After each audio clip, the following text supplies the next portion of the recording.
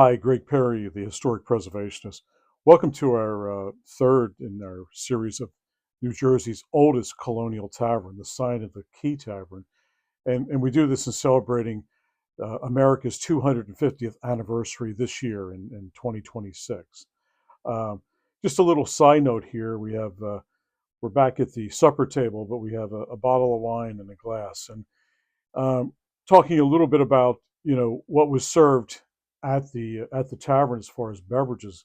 Very rarely, if ever, in these early taverns from the late 17th, early 18th century, no one knew what wine was here. No one knew it. They knew what it was back in the old country in Europe, but not here. Um, but we're going to do a little upgrade here. We're going to jump fast forward. We're going to talk about wines a little bit and kind of a warning about wines and kind of a peeve about wines too, about the uh, the fake bullshit of American commercialism, how they try to jam stuff down the consumers' throats without their safety in mind. There's been several studies out there over a 30-year period now, and I'm going to talk about strictly about American wines.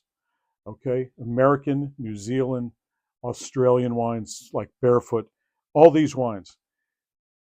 The problem is they're using excessive chemicals to kill vegetation and pests. And most civilized countries have a certain level of a certain percentage.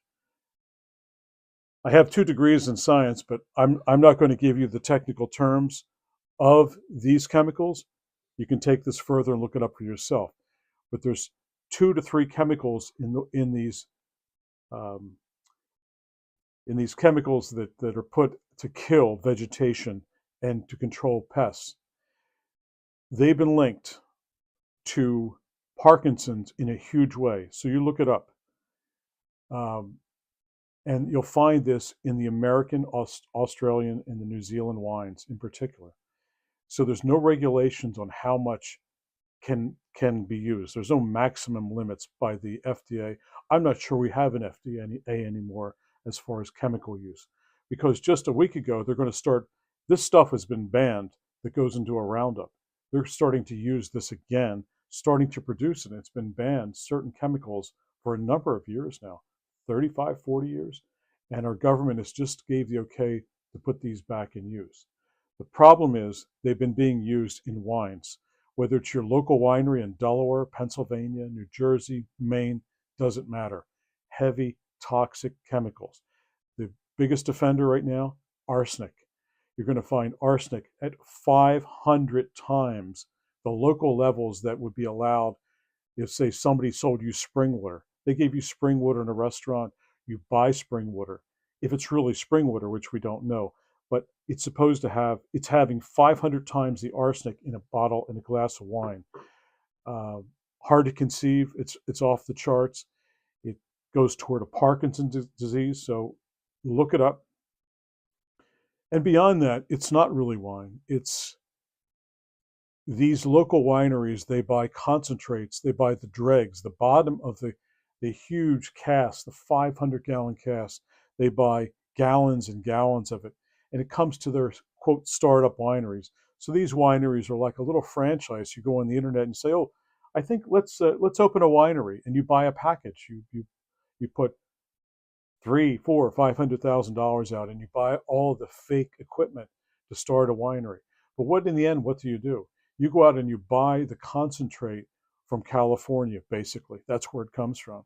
And it's the concentrate that Napa Valley doesn't want. Doesn't want. It's the dregs. And when you get it back, you add sugar, you add color, you add flavors. It's not real wine. That's not the real world. In the real world, wine is an organic process that's created by fermentation, and it creates its own color, its own flavor, its own sec or lack of or sweetness, which should be very minimal. It's like going in for soda pop at these wineries, and I think so many Americans are just so enthralled to have this place they can say, "Oh yeah, I spent the afternoon at a local winery," well, they're not wineries, or and believe me, I spent 3.5 years living in France, and I'm no expert on wine by any imagination. But even I have a tongue that can discern a bottle of Bordeaux, um, a bottle of Shiraz from Europe, and it's so different from California or from a quote local winery. It is just there's no heaviness in palate. There's no multiple overlapping flavors. So do yourself a favor. Go buy a bottle of French wine, bottle of good Italian wine, um, and try it and compare it, and you'll see what garbage you've been drinking, and you should feel very embarrassed. Now, we have the chief wine taster here on the in the conservation lab. He's coming in, so he does the sniffing. So he thinks the French Bordeaux is a little strong, but nevertheless, seriously, get some European wine, try it, compare it to the California wines, and try it to your local what they call wines, and you'll find out it's not good.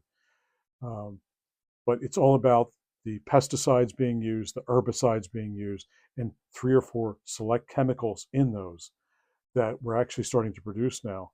And because I have science background, I've been reading for the last 25 years.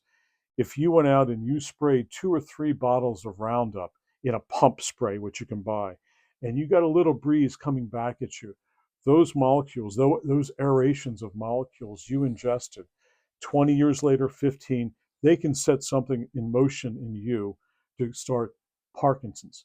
So look it up, study it, and just to be aware that there's no regulations on this stuff for the amount of chemicals can be used in American and Australian wines. So, so that's going to be our tip from today from America's oldest tavern. And in America's oldest tavern, back in the beginning, in the late 17th century, they weren't drinking wine at all. They were consuming. Number one, they weren't consuming water, and there's enough. Let's go back. Let's revert a little bit. There's enough information about water, such as Poland Spring has been sued multiple times, thousands of times, that their water, it says spring water, it's coming out of a tap.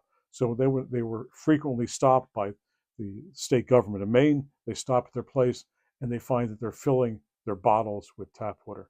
And we'll interject one more thing: the plastic escapade here. Stay away from the plastics if you can, because as I'm sure everyone's aware of the microplastics, you have millions of particles in your body as it is. So just try and reduce that by drinking out of glass, or unfortunately even aluminum. So, but back to what was served in the 18th century, the Sign of the Key Tavern in Woodstown, New Jersey's oldest tavern. You weren't drinking water because it could have had animal runoff from the fields and diseases in the water itself. So not even babies. Everybody drank some form of fermented ale. That was number one, or a hard fermented cider. And really, wine didn't come around to these colonial taverns probably until the 1840s, 1850s. Very late, when you would have 2-3 story taverns with 20, 30 rooms in the center of places like Philadelphia or Old Burlington City or possibly Wilmington.